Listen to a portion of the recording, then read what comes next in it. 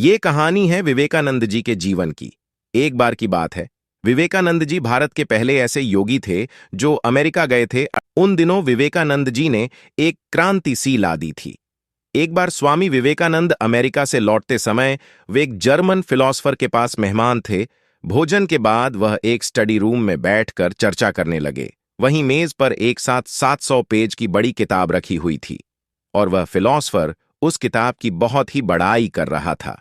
फिर विवेकानंद बोले, क्या आप मुझे यह किताब 1 घंटे के लिए दे सकते हैं? मैं भी देखना चाहता हूं कि ऐसा इस किताब में क्या है। फिर वह फिलॉसफर हंसने लगा और कहा, क्या आप इस किताब को 1 घंटे में पढ़ने वाले हैं?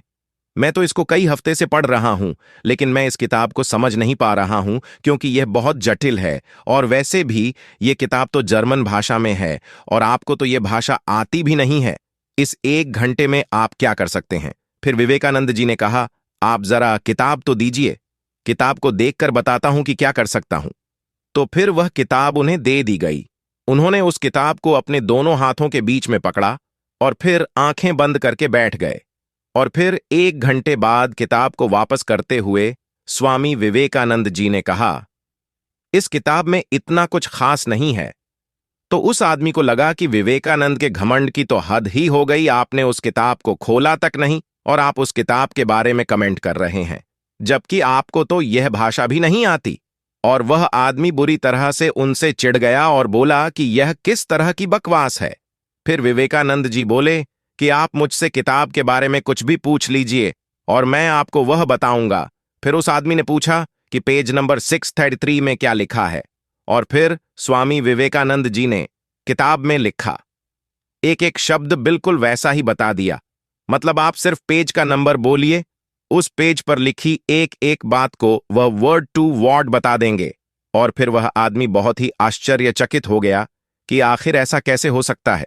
यह तो चमत्कार है, आपने किताब खोली तक नहीं, फिर यह कैसे हो गया? फिर विवेकानंद बोले, इसीलिए लोग मुझे विवेकानंद कहते हैं। विवेक यानी बोध। वैसे उनका नाम नरेंद्र था। उनके गुरु ही उन्हें विवेकानंद कहते थे क्योंकि उनके बोध की क्षमता ही कुछ ऐसी थी जो कि उनके गुरु ने पहचान ली थी। तो कुछ इस तरह से थी विवेकानंद जी के दिमाग की क्षमता, उनके बोध की शक्ति। यह तभी संभव है जब आप अपने दिमाग की क्षमता को पहचान पाए, उस पर भरोसा कर पाए। आप यह नहीं सोचिए कि सिर्फ विवेकानंद के पास ही यह शक्ति ईश्वर ने दी थी, बल्कि हम सब में इस तरह की क्षमता है। हम सभी का दिमाग बहुत शक्तिशाली है, बस हम जानते नहीं हैं कि उसका इस्तेमाल आखिर कैसे करना चाहिए। तो आपको भी योगा या ध्यान करते रहिए, शायद एक दिन आप भी अपने दिमाग की शक्ति को पहचान पाए और आप भी एक दिन एक साधारण इंसान से असाधारण इंसान बन पाए। दोस्तों, आपको ये कहानी कैसी लगी मुझे जरूर कमेंट करें और एक लाइक तो जरूर करें ताकि ये कहानी और लोगों तक जाए। मेरे चैनल को प्लीज सब्सक्राइब करें। अपना ख्याल रखें और खुश रहें। धन्यवाद।